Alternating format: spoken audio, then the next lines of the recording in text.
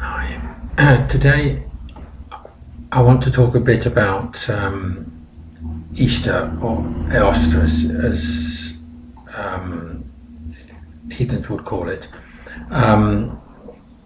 We've just passed it as I'm making this, but I think perhaps it's a time to talk about wights and their meaning. I think it's more common perhaps for people to talk about Yule nisse, which are a type of wight that appears at Christmas. Now, what they actually are is a matter of some debate.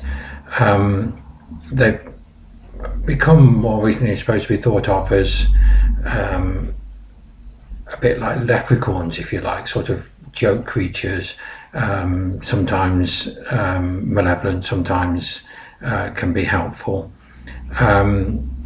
Now, this is a completely different source, obviously, to the leprechaun, but there is a sort of explanation for this, in that I think in the tradition in which I was brought up, where you honour the dead, your ancestors in particular, treat them with respect and recognise their existence occasionally.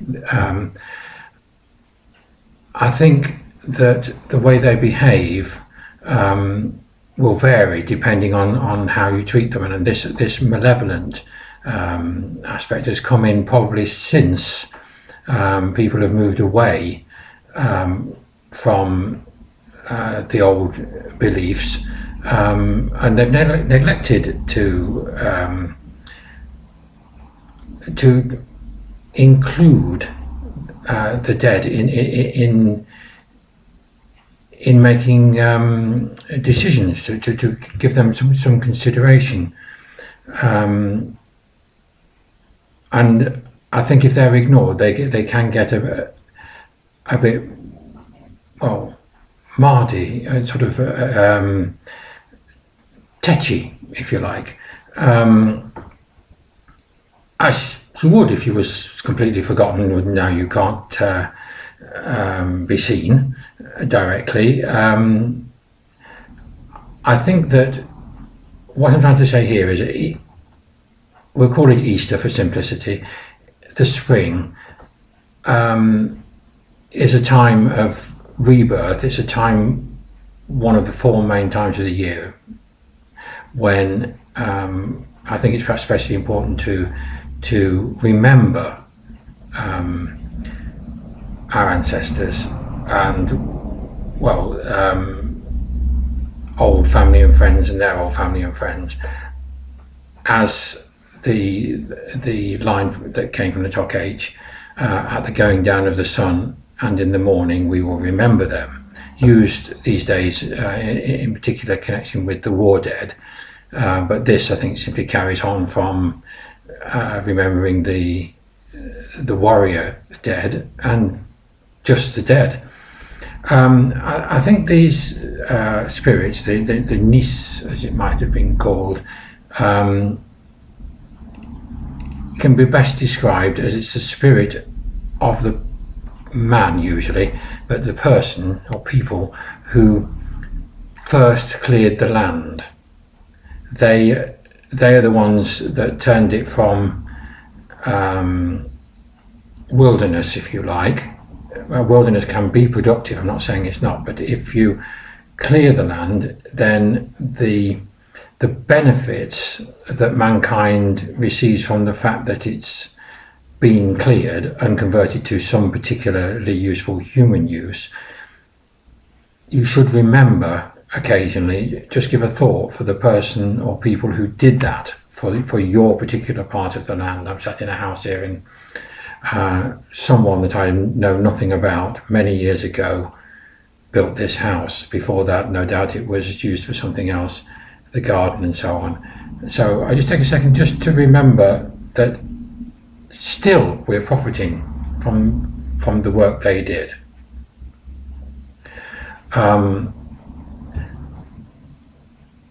that's one thing, and I suppose particularly at this time of year, as plants start to grow, we should make a point of remembering them, and then hopefully all will be calm and everyone will be happy. I think there's such a tendency these days to think you can do what you like without any thought for the people that went before, who made all these things possible, to which you owe at least the respect of recognizing that they did this for you. I'll just mention one other word that comes to mind now here.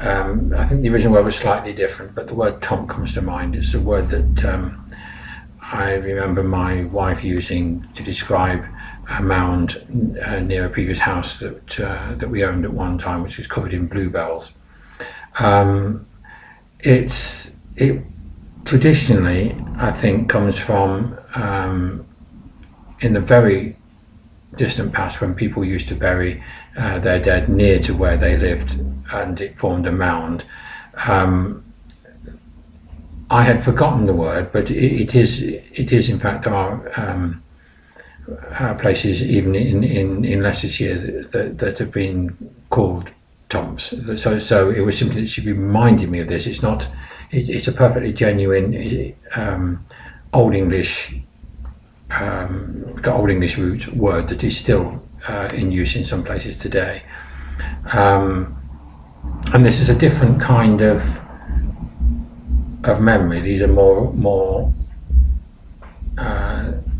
These are the dead that have lived, generally speaking, in the place where you are, not just the ones that created it. And then you move on to more recent ancestors, and these are often recognised as house wights, brownies, various different things. So I'm just saying that this is why I think that heathens have an ongoing relationship with the past, with the land, and with their ancestors, whereas Christianity seems to create that divide that they've passed on, and that then they can't be contacted, and they can't have a direct influence on you without some sort of intercession, then I suppose you'd call it. And that the idea that they're in heaven, and that's a place you can't go to unless you're dead. It's not like that. It's hard to explain what it is like, but I think this is it's a way, again, of controlling us.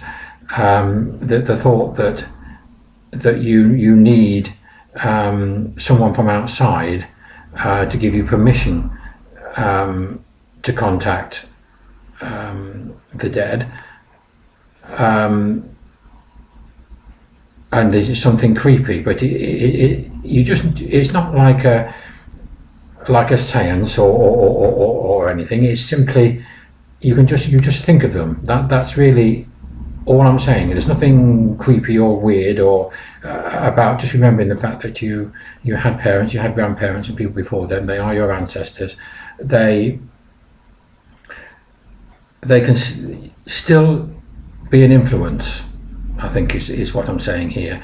And they don't require a lot. They just require the recognition of what they have done for you, I think is what I'd say. What they have provided on this earth that we still use, fields cleared to provide your food, a lot of work that they did, and which is still of use to you today. Even if you don't go near a field, you still eat. So I'll stop there. Okay, bye.